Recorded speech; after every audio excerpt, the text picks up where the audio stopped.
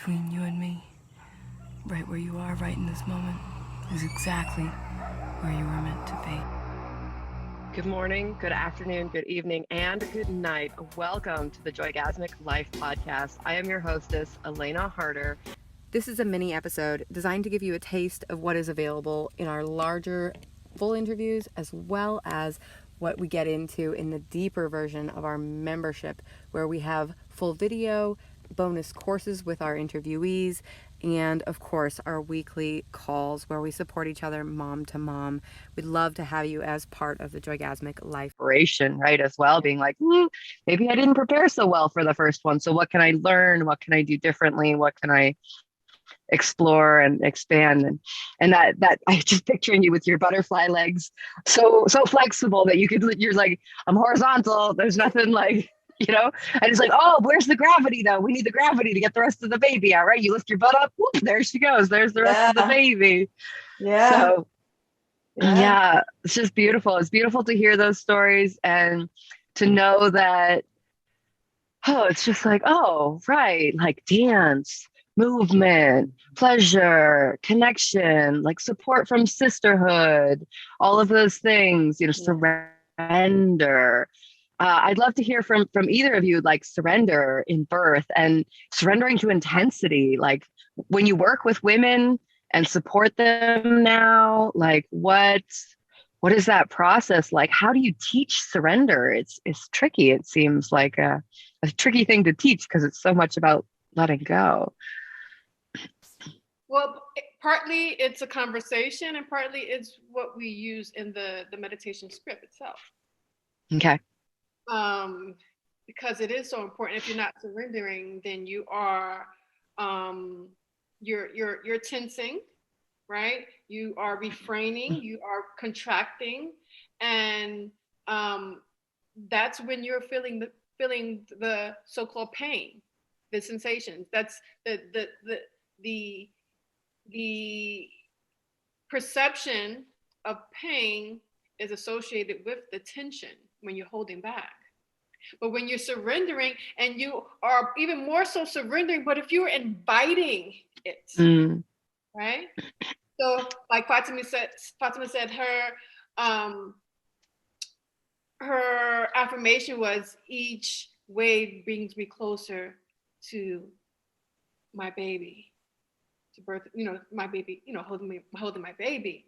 So you are inviting those waves. So you're not trying to combat the wave, right? You're not trying to fight the wave. You are surrendering. You're inviting. You enjoy it because it's doing a beautiful thing. It's bringing you your blessing.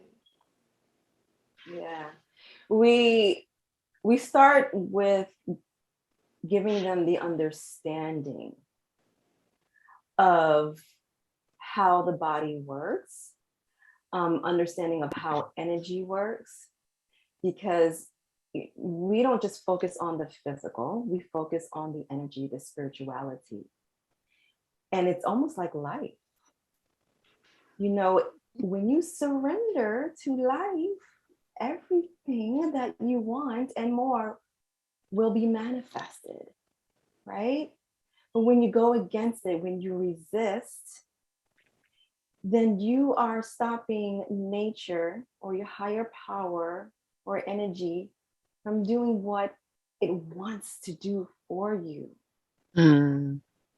So we first educate them with what is really happening with your body, with your mindset, with your emotions, with energy, with spirituality, what is really going on.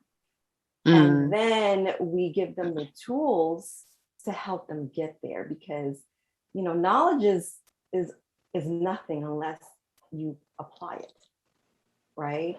You can go to school for the rest of your life, but it means nothing if you don't apply it, to what it is that you want. So it's important that we put it to practice and actually do the work, take action and do the work. That's what is required.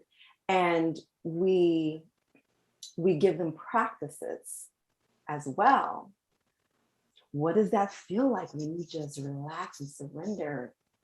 It's actually easy. It's not hard. Mm. Very easy. We make it hard with this whole, mindset. But once we get through with our women, you're like, wow, this is a lot easier than what we thought. I'm like, yeah, that's what life is. That's what life is. Yeah.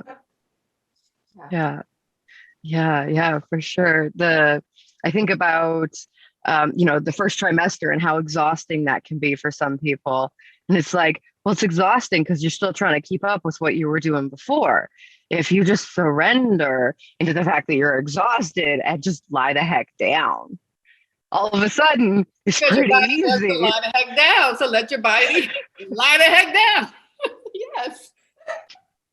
Your body's tired. It's telling you what it wants. It's telling it what it needs. It says, I am exhausted with this like fast pace, like this 9 to 5 or this whatever stress mode you're in. Like, how about you learn how to ask for help and relax? It's like, oh, but that's an epiphany. Like that's a huge undertaking for a lot of women who have lived their lives in sort of we call it a man's world, right? Getting shit done and being productive and making sure they're taking care of, the whole family, their 4 other kids, whatever that might be.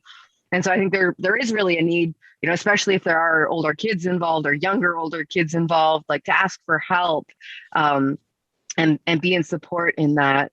Kaheri, I'm curious because you've got 5. What is that like? What was that experience of surrendering and relaxing through, some of the exhaustion or the challenges? Like, were you tired in your subsequent pregnancies, and how did you deal with that? How did you handle surrendering into that?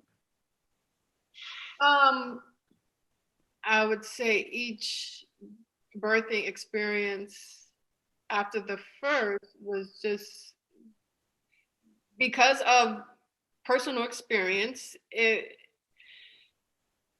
was easier to surrender, because I got to the point where I realized, okay, that's what got me through surrendering.